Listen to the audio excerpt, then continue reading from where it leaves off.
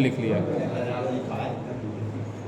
कोई बात नहीं, हम वही चालू कर देंगे टोटल एनर्जी से, फिर आर की वैल्यू रखेंगे, आ जाएगा। फिर इसके बाद उत्सर्जन स्पेक्ट्रम क्या करो, स्टार्ट करो। टोटल एनर्जी का फार्मूला बताओ जल्दी से, नहीं याद है, -12 kJ/r। अब देखो आज भी पढ़ने वाले हैं, खैर कल ये टॉपिक कवर हो जाना चाहिए था, मगर लास्ट में टाइम नहीं बचा तो हम लोग इसे आज कवर करते हैं। देखो बात नहीं, टोटल एनर्जी इलेक्ट्रॉन की टोटल एनर्जी कितनी आई है,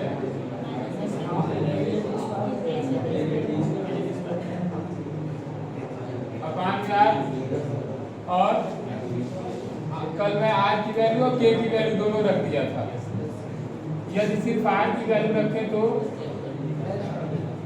बात नहीं, आर की वैल्यू क्या था, n² था, और बी की वैल्यू क्या था,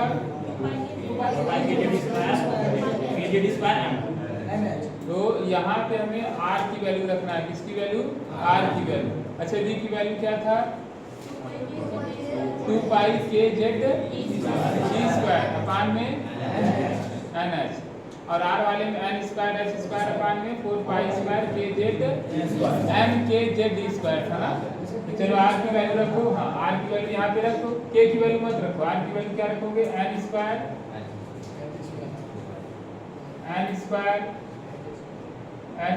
अपान में जो 4π होगा वो कहाँ चला जाएगा ऊपर, 4πm mkZd²। ये हो गया, मल्टीप्लाई कर लोगे तो टोटल एनर्जी हम लोग को क्या पता चलेगा, उस कैंसिल नहीं करना है, ठीक है। 4 लिख लो, k का k में पूरा होगा k², z का z में पूरा होगा z², e² पहले से, π² पहले से, देख लो, यानी क्या बनेगा, -12 ना 4π², k का k में पूरा होगा k² z²e⁴ अपान में n² अब क्या हो गया, टोटल एनर्जी हो गया। ये हाइड्रोजन के लिए m छूट गया, यहाँ पे 4π² चलो चाहे सही है, तो बराबर क्या हो जाएगा, -12 4πm ना, 4π² k²z² अपान में आ गया। अब हम निकालेंगे कि यदि इलेक्ट्रॉन के उत्सर्जन स्पेक्ट्रम में, यानी इलेक्ट्रॉन किसी उच्च ऊर्जा से निम्न ऊर्जा स्तर में प्रवेश करता है तभी उत्सर्जित प्रकाश निकलता है, उसका तरंग है। तो क्या निकालेंगे हम, सबसे पहले उत्सर्जित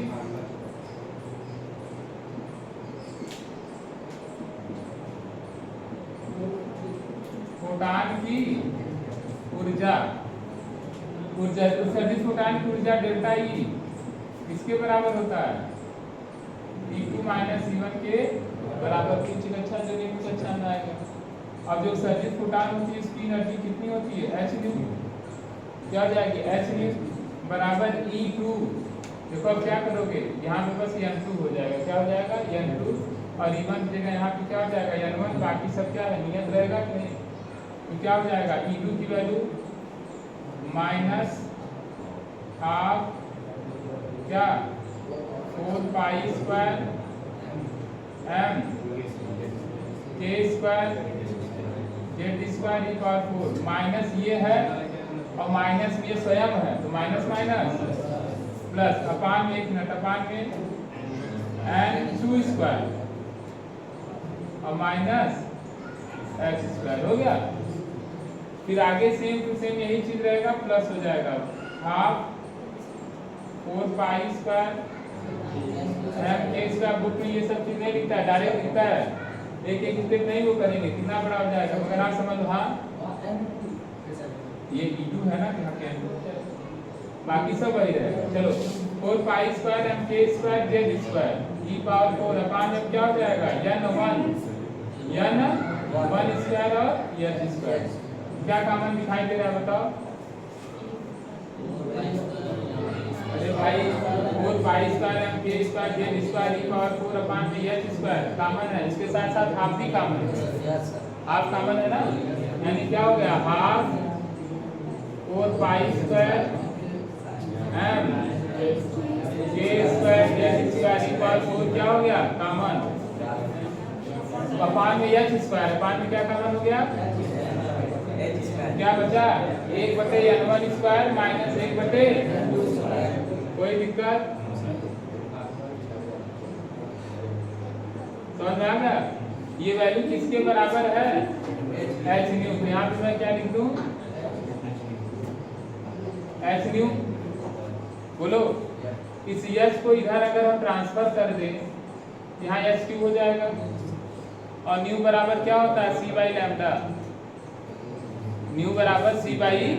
अब देखो मैं क्या रख रहा हूँ h को यहाँ ट्रांसफर कर दिया h क्यूब, इस न्यू की जगह मैं क्या लिख रहा हूँ c बाई लैम्डा बराबर हाफ 4 पाई स्क्वायर एम के स्क्वायर अपान में क्या हो जाएगा h क्यूब, क्या हो जाएगा ठीक है।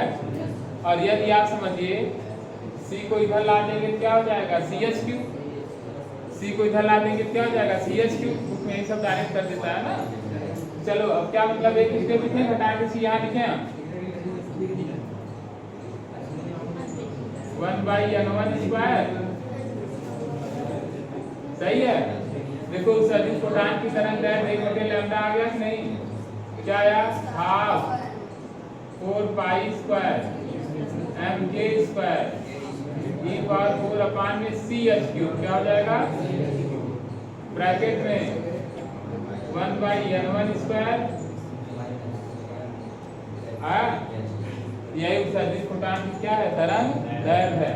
और ये जो टोटल वैल्यू है यही रिडबर्ग नियतांक है, यही क्या है रिडबर्ग नियतांक है। चलो 4 पाई एम के जेड ई सब मान रखोगे सॉल्व करोगे तो रिडबर्ग नियतांक की वैल्यू आ जाएगी।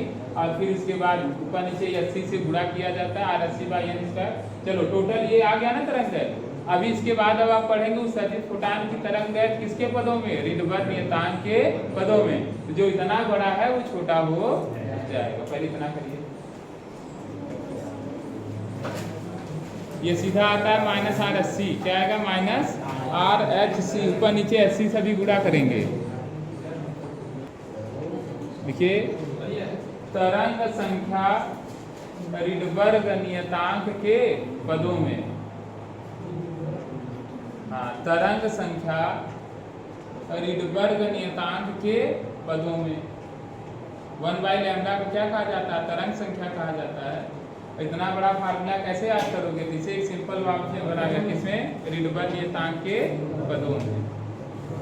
देखो जो ये कांस्टेंट वैल्यू आपके सामने लिखा है इसी को क्या माना गया है रिडबर्ग नियतांक।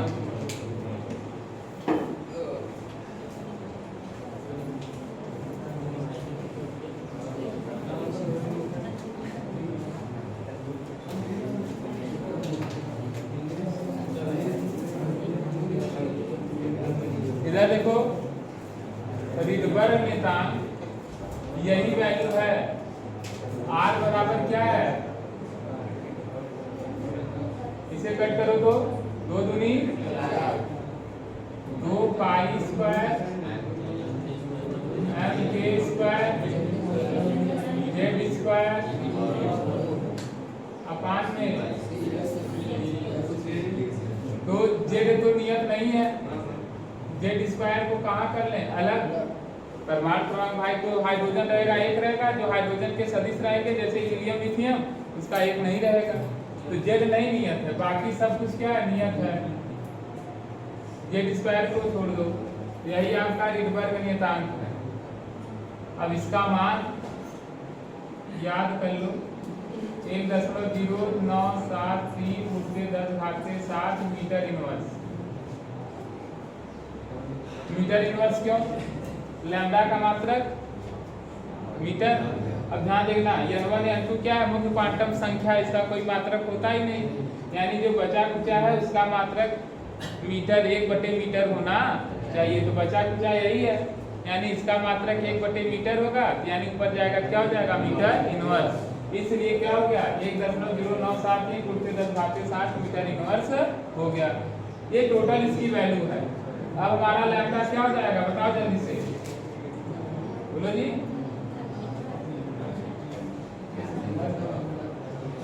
1/लैम्डा बराबर क्या हो गया? ये टोटल आर हो गया ना, आर जेड स्क्वायर बचा है, बोलो, ब्रैकेट में 1/n1 स्क्वायर और 1/, परंतु हाइड्रोजन के लिए जेड का मान क्या हो जाएगा? 1, परंतु हाइड्रोजन के लिए जेड बराबर 1 लेंगे कि नहीं? हाइड्रोजन का जेड 1 होता है, तो क्या हो जाएगा? 1/लैम्डा बराबर आर ब्रैकेट में 1/n1 स्क्वायर माइनस 1/। अब ये क्वेश्चन जाकर के क्या हो गया? सिंपल है ना समझ में? तरंग संख्या लैम्डा का मान एग्जाम में पूछता है कि यदि कोई इलेक्ट्रॉन हाइड्रोजन में 5वीं कक्षा से 4थी कक्षा में संक्रमण कर गया तो उत्सर्जित फोटॉन की तरंग दैर्घ्य कहाँ से? 5वीं से 4थी में, n2 की जगह 5, n1 की जगह 4 रख करके r का मान रखोगे, तरंग दैर्घ्य का मान आ जाएगा। अब इसी के हिसाब से हम लोग अब स्टार्ट करेंगे लाइमन, बामर, पासन, ब्रैकेट, फुंड। जब कोई भी इलेक्ट्रॉन किसी भी उच्च ऊर्जा स्तर से पहली कक्षा में प्रवेश कर जाता है तो संक्रमण को क्या कहा जाता है? लाइमन। यानी चौथे से पहले में आ जाए, तीसरे से पहले में आ जाए, कुल मिला के पहले में आ जाए बस। और जब किसी भी उच्च ऊर्जा स्तर से दूसरी मुख्य क्वांटम संख्या में प्रवेश करता है तो इसे क्या कहते हैं? बामर। कि किसी भी उच्च कक्षा संख्या से तीसरे में प्रवेश करता है तो इसे क्या कहते हैं? पासन। चौथे में प्रवेश करता है तो कुंड, और 5वें में प्रवेश करता है तो ब्रैकेट। ऐसे बताओ अनंत श्रेणियां होंगी कि नहीं? क्यों? क्योंकि n की संख्या कितनी है? अनंत। अब वहां से जंप करेगा आएगा, मगर अभी तक हम लोग कौन सा देख पाए हैं? सिर्फ लाइमन, बामर, पासन, ब्रैकेट, फुंड श्रेणी देख पाए, और श्रेणियां इतनी छोटी छोटी तरंग दैर्घ्य निकल रही हैं कि वो हमें दिखाई नहीं दे रही हैं, मगर वो हमारे आसपास ऐसे हैं, उन चीज़ों का अभी तो हम लोग मेजर महसूस नहीं कर पाए हैं। इसी को क्वांटम वर्ल्ड कहा जाता है। क्या कहा जाता है? क्वांटम की दुनिया। क्या कहा जाता है? क्वांटम वर्ल्ड, क्वांटम संसार। यानी जो वेवलेंथ हम जैसा देख रहे हैं वो हमारे लिए है, जो छोटे छोटे इतने वेवलेंथ हैं उनका दुनिया कुछ अलग ही होगा, जो कि हमारे बीच में ही है। इतना छोटा छोटा तरंग दैर्घ्य है कि वो हमें दिखाई नहीं दे रहा है, और हम उनके लिए इतने बड़े हैं कि वो भी हमें देख नहीं पा रहे हैं। बात समझा? ये क्वांटम मैकेनिक्स है भाई। देखो नजरिया वाली बात है, जिस हिसाब से इलेक्ट्रॉन नाभिक के चारों ओर घूम रहा है, ऐसे ग्रह भी सूर्य के चारों ओर घूम रहे हैं, सूर्य किसी के चारों ओर रहा, तो भाई ये हम लोगों के लिए क्या है? बड़े क्वांटम है। ऐसे हम लोगों के लिए लाइमन, बामर, पासन, ब्रैकेट, फुंड के बाद जो है वो क्या है? उन लोगों के लिए हम लोग बड़े क्वांटम हो जाएंगे। ये क्वांटम वर्ड है। ऐसे छोटी छोटी तरंग दैर्घ्य की कहानी आपको मिलती चली जाएगी। गलत सही जो पढ़ाया जा रहा है पढ़ो, क्या करोगे? इतना सब माथा पीटने के बाद लास्ट में पता चलेगा कि ये नियम सिर्फ हाइड्रोजन की व्याख्या करता है। करेजा फट के हाथे में आ जाता कि बताओ इतना बवाल पढ़ा अब सिर्फ हाइड्रोजन की व्याख्या, तो कहें ना ही तनिक संतोष कर, हाइड्रोजन सदिश भी कर देगा। हाइड्रोजन सदिश मतलब हीलियम में से 2 इलेक्ट्रॉन निकाला, लिथियम में से कई निकल रहा है? 3 ठो नहीं, 2 ठो निकालोगे तब तो ना, 1 रहना चाहिए। हीलियम में से 1 निकालना, लिथियम में से 2, बेरिलियम में से 3 निकालते जाओगे, सबके बारी कक्षा में 1 इलेक्ट्रॉन हो जाएगा, सब हाइड्रोजन सदिश होते चले जाएंगे। मगर इसमें भी लफड़ा है, नाभिक में 1 ही प्रोटॉन होना चाहिए, मगर इसमें कितने प्रोटॉन हैं? 2, 3, 4। तो जो 3, 4 के लिए तब आपको जेड लगाना पड़ेगा। क्या लगाना पड़ेगा? जेड। अब जेड हीलियम के लिए 2 रखोगे, बेरिलियम के लिए 4 रखोगे, सब श्रेणियाँ आपको प्राप्त होती चली जाएगी। कंडीशन में हमेशा ये कोई नियम है, जो इतना नियम पढ़े, जो हाइड्रोजन या हाइड्रोजन सदिश की व्याख्या करने के लिए अहोम्स ने नोबेल पाए हैं। ये पूरे परमाणु की व्याख्या नहीं कर पाएंगे, मगर उसके लिए भी ये लोग क्या पा गए हैं? नोबेल। ठीक है। और अभी तो लाइमन बामर की तो व्याख्या हुई थी, पासन ब्रैकेट फुंड श्रेणियों की भविष्यवाणी हुई थी कि ये श्रेणियां हैं, अभी हमें मिल नहीं रही हैं और बाद में वो श्रेणियां मिली भी। तो ऐसे आगे की श्रेणियां भी होंगी, कन्वा कुड़िया जो हुई उन्होंने मिली ही अब आया नहीं समझ। और आपको पढ़ना पड़ेगा, ये ऐसे फार्मूले बना करके चले गए कि ऐसे ढेर सारा है, तुम खोजो वो रेडिएशन कहाँ पे, वो स्पेक्ट्रम कहाँ पे। समझ में आ गया? यानी अब देखो मेरा पढ़ा फिर से सुन लो। R बराबर फार्मूला क्या था, V बराबर फार्मूला क्या था, K बराबर टोटल एनर्जी का फार्मूला क्या था, रिडबर्ग नियतांक के पदों में लैम्डा का फार्मूला क्या, ये आपके पढ़ाव है। तो चलिए स्टार्ट करिए। सबसे पहले हम लोग क्या पढ़े थे, R बराबर कि V बराबर, V बराबर पढ़े थे। और V बराबर क्या पढ़े थे, 2 पाई KZ बटा NH। फिर R बराबर क्या पढ़े थे, L स्क्वायर H स्क्वायर बटे 4 पाई MKZ E स्क्वायर पढ़े थे। फिर टोटल एनर्जी पढ़े, क्या पढ़े, -12 KZ स्क्वायर बटे R की वैल्यू रखेंगे यानी स्क्वायर H स्क्वायर। फिर चलो जब टोटल एनर्जी आ जाता है तो इसे K के फॉर्म में तोड़ लेंगे R की वैल्यू रख करके। रखने के बाद फिर रिडबर्ग नियतांक आता है, क्या आता है मत याद करना, रिडबर्ग नियतांक आता है R होता है जिसका मान 1.0973 × 10⁻⁷ मीटर इनवर्स होता है। रिडबर्ग नियतांक के पदों में जो तरंग संख्या होता है 1/λ बराबर RZ स्क्वायर बटे 1/N1 square minus 1/N2 square. बस इतना याद रखो परमाणु संरचना के लिए। बाकी बोहर त्रिज्या क्या होती है, 0.53 एंगस्ट्राम होती है। अगर मान लो बोहर त्रिज्या दिया है 5वीं कक्षा का पूछेगा तो यानी स्क्वायर से गुणा कर देंगे, वो आता चला जाएगा। वो याद रखो न्यूमेरिकल पोर्शन के लिए। आया ना, मुख्य क्वांटम संख्या क्या होता है, क्या होता। बाकी अभी अब न्यूमेरिकल सॉल्व कराएंगे तो और क्लियर होगा। अभी आपको लग रहा होगा कि मेरा सब कुछ क्लियर है, नहीं, जब आप न्यूमेरिकल सॉल्व करेंगे तब आपको समझ में आएगा कि कहाँ कहाँ समस्या है। तो रिडबर्ग नियतांक पर हम चलो जल्दी से कर लो, करिए जल्दी से।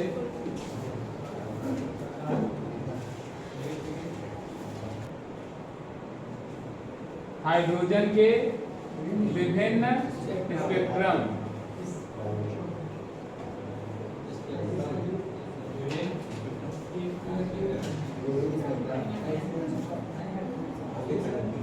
हाइड्रोजन के विभिन्न स्पेक्ट्रम में जब आपसे पूछा जाएगा तो एक तो आएगा 5 नंबर का जिसमें आपको लाइमन, बामर, पासन, ब्रैकेट, कुंड सब बनाना पड़ेगा। एक MCQ में क्वेश्चन पूछता है, वो कहता है कि लाइमन श्रेणी की सबसे छोटी रेखा कौन सी है, लाइमन श्रेणी की सबसे बड़ी रेखा कौन सी है, बामर की सबसे छोटी रेखा कौन सी है और सबसे बड़ी रेखा कौन सी है, ऐसे भी क्वेश्चन आएगा। तो अभी हम लोग क्या पढ़ेंगे 1 बाय 1, लाइमर, बामर, पासन, ब्रैकेट, कुंड।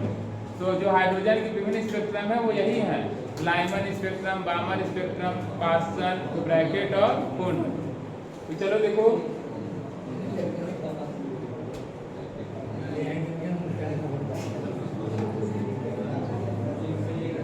ये मान लीजिए हाइड्रोजन का नाभिक हो गया ना,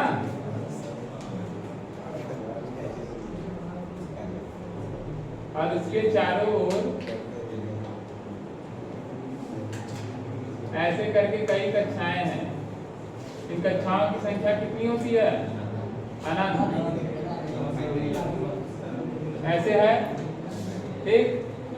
अब इसमें से यहाँ देखिए, ये पहली कक्षा है, ये दूसरी कक्षा है, ऐसे है। यदि कोई इलेक्ट्रॉन, ध्यान समझो, सबसे बाहरी कक्षा से पहली कक्षा में प्रवेश कर जाए या फिर सबसे बाहर से वो पहली कक्षा में आए,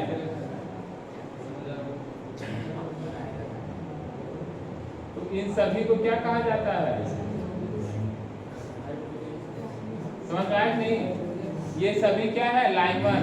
सबसे बाहरी कक्षा से यानी n बराबर 2 3 4 5 6 डैश डैश डैश अनंत से ना, n2 बराबर इतना से, और n1 बराबर किसमें प्रवेश करें, 1 में प्रवेश करें, तो जो स्पेक्ट्रम प्राप्त होता है उसे क्या कहा जाता है, लाइमन। यानी लाइमन, ये श्रेणी हमारी पूरी की पूरी क्या है, लाइमन है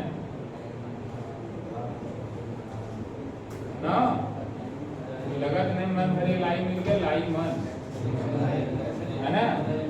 अब लाइनमैन श्रेणी के लिए शर्त क्या है? चलो n2 कहाँ से प्रवेश करेगा? अनंत नहीं, 2 3 4 5 6 डैश से किसमें प्रवेश करेगा? n1 बराबर 1 में। यानी जब कोई इलेक्ट्रॉन उच्च ऊर्जा स्तर 2 3 4 5 6 डैश अनंत से n बराबर 1 वाले ऊर्जा स्तर में प्रवेश करता है तो जो श्रेणी प्राप्त होती है उसे लाइनमैन कहा जाता है। लिख लेना, अभी लिखवा के देंगे। अब बामर के लिए क्या होगा? 1 में नहीं, किसमें प्रवेश करेगा? 2 में। जब 2 में प्रवेश कराना होगा, चलो यहाँ आ जाए या फिर यहाँ आ जाए या फिर इसमें, ये हमारी क्या है? बामर। ये हमारा क्या हो गया? बामर स्पेक्ट्रम ना जी। फिर कहाँ चले? 3 में प्रवेश करे। किसमें? जैसे 2 में आ रहा था, सब किसमें आए? बाहर से।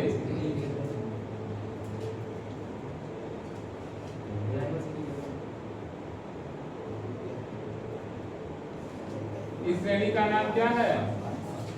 पाश्चन। क्या नाम है? पाश्चन श्रेणी। इस श्रेणी का नाम हो गया पाश्चन श्रेणी। यानी इसमें चलो बामर में कहाँ से चलेगा? 2 में प्रवेश करेगा ना जी। 3 4 5 डैश अनंत से n1 बराबर किसमें? 2 में प्रवेश करे। इसमें 4 5 6 से किसमें प्रवेश करे? 3 में प्रवेश करे। पाश्चन के बाद ब्रैकेट। ब्रैकेट में कहाँ प्रवेश करेगा भैया? 4थे में प्रवेश करेगा ना जी। और फुंड में 5वें में प्रवेश करेगा। किसमें? 5वें में प्रवेश करेगा। ये हमारा पाश्चन, ये हमारी क्या हो गई? ब्रैकेट। क्या हो गई? ब्रैकेट श्रेणी। इसमें कहाँ से चलेगा? n2 बराबर 1 5 6 7 से n1 बराबर 4 में। इसमें n2 बराबर 6 7 8 से कहाँ संक्रमण करेगा? n1 बराबर 5 में। अब समझा?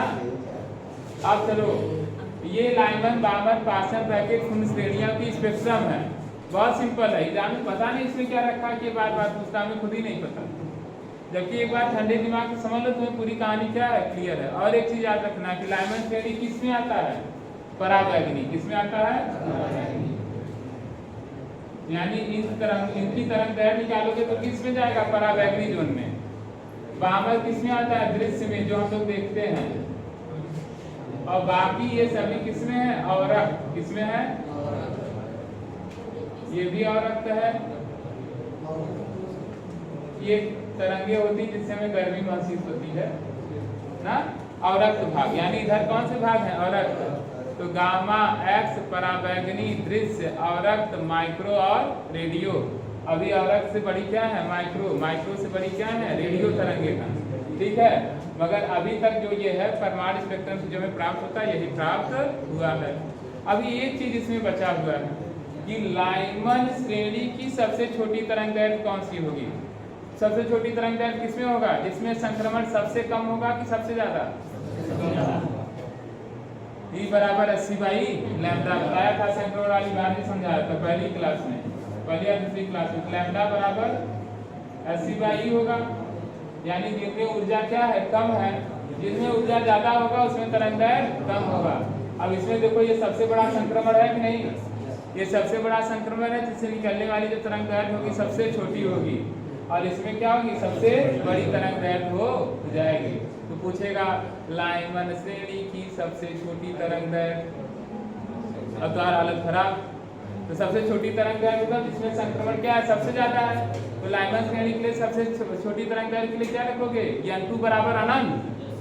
n2 बराबर क्या रखोगे? अनंत। और n1 जगह क्या रखोगे 1 और अनंत का मान क्या होता है 1 बटे अनंत का मान 0 और n1 का मान 1 तो मिला के लैम्डा बराबर ऋण वर्ग नियतांक 1 बटे लैम्डा बराबर तो लैम्डा बराबर 1 बटे r लैम्डा बराबर 1 बटे r और r का मान ऐसे समझो 10 घाते 7 भाग नहीं 1 बटे r करबो तो 10 घाते -7 जो कि एंगस्ट्रॉम में आ जाएगा जिसे हम लोग क्या करते हैं नहीं देख पाते हैं पराबैंगनी 10 घाते मान हम लोग कहाँ देखते हैं 4000 से 7600 3900 से 7800 एंगस्ट्रॉम देखते हैं। अब बात समझना तो बड़ा बढ़िया सिस्टम है इन लोगों का सबसे छोटी तरंग दैर्घ्य सबसे बड़ी तरंग दैर्घ्य पूछेगा तो क्या करोगे 2 से 1 यहाँ पे क्या रख दोगे 2 और यहाँ पे क्या रख दोगे 1 पहले आप इतना बना लीजिए फिर उसके बाद हर स्पेक्ट्रम की सबसे छोटी और सबसे बड़ी तरंग दैर्घ्य ज्ञात किया जाएगा। समझ में आ गया कठिन है ये एकदम इजी बस हाँ ये है कि एक सिस्टम से पढ़ोगे तभी डायरेक्ट अगर ये किसी को पढ़ाया जाए तो समझ में नहीं आएगा। बनाओ जल्दी से बनाओ बात बहुत करते हो तुम लोग।